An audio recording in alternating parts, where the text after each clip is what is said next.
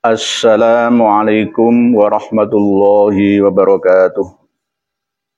Bismillahirrahmanirrahim. Alhamdulillahilladzi faddala bani Adam bil ilmi wal amali ala jami'il alam. Wassalatu wassalamu ala khairil anam Muhammadin sayyidil arabi wal ajam wa ala alihi wa ashabihi nabi'il ulumi wal hikam. Amma ba'd. Rabbi shrah li sadri wa yassir li amri wahlul 'uqdatam min lisani yafqahu qawli. Amin. Para pemirsa dan pendengar sekalian, saudara-saudariku semuanya, semoga dirahmati, diberkahi, diridhoi oleh Allah Subhanahu wa taala di dunia sampai di akhiratnya. Pada kesempatan yang penuh dengan keberkahan ini, saya berada di lingkungan makam Sayyid Ali Asghar bin Sayyid Ali Akbar bin Sayyid Sulaiman bin Sayyid Abdurrahman Al-Qadiri yang selama ini masih menjadi pemahaman yang kabur. Belum ketemu titik temu yang pasti sejarah tentang beliau Sayyid Ali Asghar sampai ke Sayyid Abdurrahman yang katanya Basyaiban, menantunya Syarif Hidayatullah Mbah Sunan Gunung Jati kedua dari Cirebon. Nah, supaya lebih mudah untuk memahami asal-usul beliau ini, maka saya hanya menerangkan silsilah yang praktis, sederhana saja, yakni kenapa di lingkungan Sidoresmo atau Ndresmo Surabaya ini mau dibasyaibankan oleh Ba'alawi, Maktab Ad-Daimi Rabithah Alawiyah sejak tahun 1942, antara itu sampai tahun 1950. Karena ada satu titik kunci, yakni Abdurrahman Basyaiban. Ini titik kuncinya satu ini. Nah, menurut Babat Bantenan dan buku naskah Caruban Nagari yang lebih tua, ya, dari Syamsul Dhohiroh, mengatakan bahwa Mbah Sunan Gunung Jati yang kedua, alias Sunan Gunung Jati pertama itu Sayyid Datul Kahfi, Sunan Gunung Jati kedua Syarif Hidayatullah, itu tidak memiliki mantu yang bernama Abdurrahman Basyaiban, tapi ada Abdurrahman Al-Qadiri, bukan marga Basyaiban. Nah, kalau marga Abdurrahman Basyaiban itu ada, tapi di India sana, tidak di Indonesia. Cucu dari Syarif Hidayatullah, Mbah Sunan Gunung Jati, dari putri beliau Syarif Hidayatullah, Sayyidah Khadijah atau Syarifah Khadijah, dengan suami Abdurrahman Al-Qadiri, bukan Basyaiban, melahirkan dua orang anak putra, yaitu Sayyid Sulaiman dan Sayyid Abdurrahim. Setelah menginjak remaja, keduanya disuruh oleh beliau, ibunya Syarifah Khadijah, untuk mengaji, menimba ilmu agama ke Jawa Timur, ke Surabaya, ke pesantrennya Mbah Sunan Ngampel di daerah Ngampel, Surabaya. Pada tahun itu, ini tidak matching, tidak sesuai dengan sejarah yang selama ini diyakini dan dipahami oleh penduduk Ndresmo sini, dan bahkan seluruh umat Islam Indonesia dan bahkan dunia. Sayyid Sulaiman ketika masih remaja kok masih bisa ketemu dengan Mbah Sunan Ampel itu bagaimana? Mbah Sunan Ampel itu wafatnya tahun 1481 Masehi. Ya terus Said Sulaiman ini tahun berapa? Nah ini yang masih menjadi misteri dan teka-teki. Setelah mondok beberapa lama di Ngampel, Surabaya, Ngampel Dento, asuhan kemungkinan dari keturunan Mbah Said Rahmatullah Sunan Ampel yang mengelola saat itu.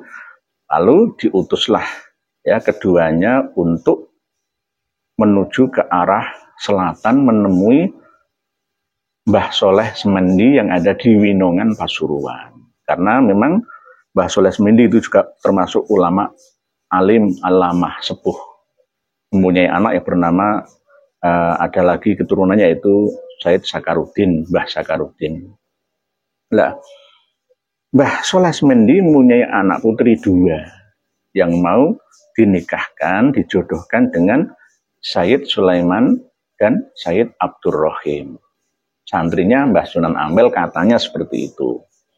Lalu setelah itu yang Said Abdurrahim dinikahkan. Dapat anak putrinya Mbah Soleh Semendi Winongan. Nah, Said Abdurrahim ini terkenal dengan Mbah Arif Segoropuro. Ya, ini kan masih simpang siur ya. Terus Mbah Said Sulaiman ini tidak mau menikah dulu. Mau ke Cirebon dulu untuk meminta izin pada keluarga bahwa beliau mau menikahi putrinya Mbah Soleh Semendi. Perjalanan pulang pergi kira-kira ya 3 bulan lah. Zaman itu belum ada kereta api, belum ada mobil ya. Ya lama akhirnya benar sesuai dengan janjinya akhirnya menikahlah beliau Said Sulaiman, cucunya Mbah Sunan Gunung Jati, ya putranya Said Abdurrahman Al-Qadiri, bukan Basaiban. Ya. Putranya Sayyifah Khadijah. Menjadi menantunya Mbah Soleh Semendi dan mempunyai anak 4 laki-laki, yaitu Mas Abdul Wahab, terus Muhammad Bakir, terus Hasan, terus Ali Akbar. Said atau Mas Hasan ini menurunkan keturunan di daerah Pekalongan. Jadi di Pekalongan itu ada marga Basaiban di sana, banyak. Terus yang Muhammad Bakir ini juga menurunkan keturunan di daerah Campuran, Magelang, dan Pekalongan. Sebagian juga ya Jakarta, Karawang, dan sekitarnya termasuk Purworejo. Ya. Terus yang Mas atau Said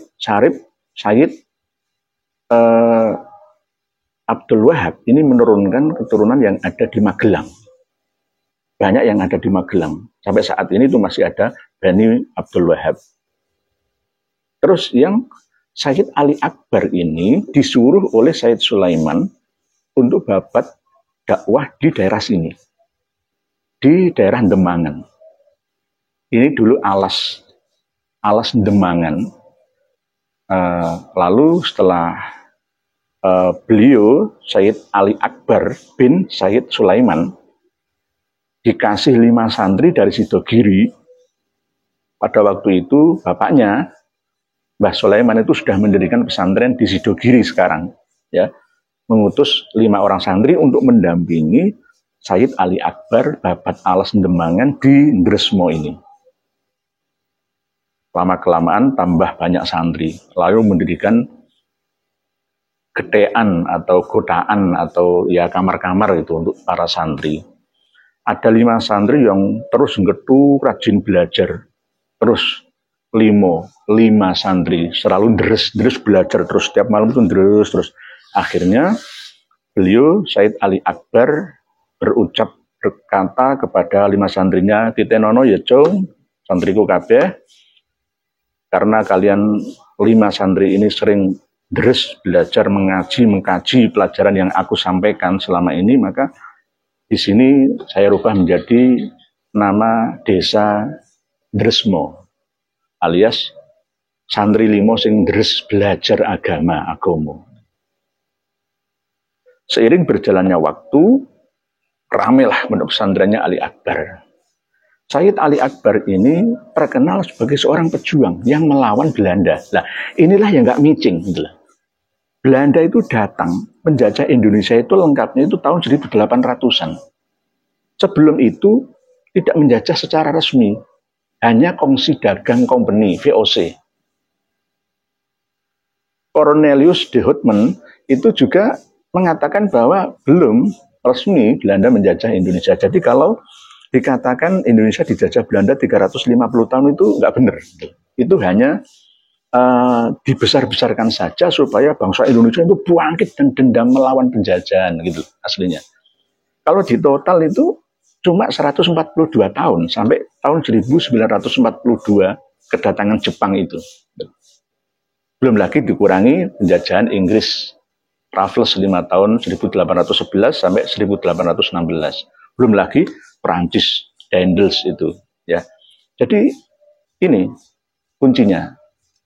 Jadi nggak matchingnya itu di situ. Berarti tahunnya itu mungkin ada yang lebih dituakan oleh sejarah atau lebih dimudahkan. Sayyid Ali Akbar ini adalah seorang pejuang yang membela hak-hak rakyat kecil. Seorang pejuang yang melawan Belanda pada tahun-tahun itu nggak mungkin berasal dari marga Habib Ba'alawi dari Tarim, Yaman, Hadramaut. Nggak mungkin. Sampai tahun 1800-an. Terus di sini adalah basis perjuangan melawan penjajahan. Jadi tidak benar kalau di sini itu Basaiban ini ditulis Makbaroh Sayyid Ali Al-Asghar bin Ali Akbar Basaiban. Ya. Nggak benar. Bukan Basaiban. Di sini itu terkenal dengan kota kiai. Surabaya paling banyak pondok pesantrennya itu di sini. Ada 28 pondok pesantren karena memang keturunan dari Sayyid Ali Al-Asghar. Ya. Ini menurunkan para kiai-kiai dengan gelar Mas. Bukan Sayyid, bukan Raden, bukan Syarif, bukan Habib. Mas. Sampai sekarang masih ada pengasuh pondok pesantren An-Najiyah, Kiai Haji Mas Yusuf Muhajir. Banyak sekali yang pakai Mas karena asal-usulnya adalah berasal dari Ngampel, dua orang santri, Sayyid Sulaiman dengan Sayyid Abdurrahim, yang pada waktu malam dilihat oleh Mbah Sunan Ampel katanya bersinar terang karena kecerdasannya ada auranya, akhirnya ditaleni, akhirnya disebutlah nama emas itu. Di paginya dikumpulkan, hei santri kumpul semua. Barang apa yang paling berharga di dunia ini apa? Emas ya iyo. Ya sekarang nanti dua orang ini seanak cucunya panggillah menjadi panggilan emas saja. Jadi bukan Sayyid, bukan Habib, bukan Syarif, bukan Raden, tapi emas. Ada yang mengatakan emas itu berasal dari kata Maulana Sayyid, tapi enggak emas, ya emas biasa kayak kalau di Solo ya emas apa kakak lah, kakang, kang mas, emas. Gitu. Para pemirsa dan pendengar sekalian rahimakumullah, Sayyid Ali Akbar ini menurunkan anak dari hasil pernikahan dengan putri dari Bunggul, Surabaya yang pernah saya ceritakan kemarin itu, mendapatkan beberapa orang anak, termasuk diantaranya adalah Sayyid Ali Asghar ini. Sayyid Ali Akbar juga menikah dengan seorang putri atau perempuan dari Malang juga pernah, ya, dari Pasuruan juga pernah. Jadi yang saya bahas di sini fokusnya adalah Sayyid Ali Asghar. Sayyid Ali Akbar, bukan Basaiban, itu berjuang mati-matian. Belanda itu sampai takut di sekitar sini, mau masuk ke daerah sini itu takutnya bukan main. Nah, untuk menundukkan Sayyid Ali Akbar, ayahnya Sayyid Ali Asghar ini, Belanda mendatangkan seorang peramal ulung yaitu Palguno dari Bibis, Surabaya, seorang peramal ulung. Palguno pun nggak berani menentang Sayyid Ali Akbar. Lalu memberikan masukan supaya mencari kelemahan Sayyid Ali Akbar, yaitu dijebak.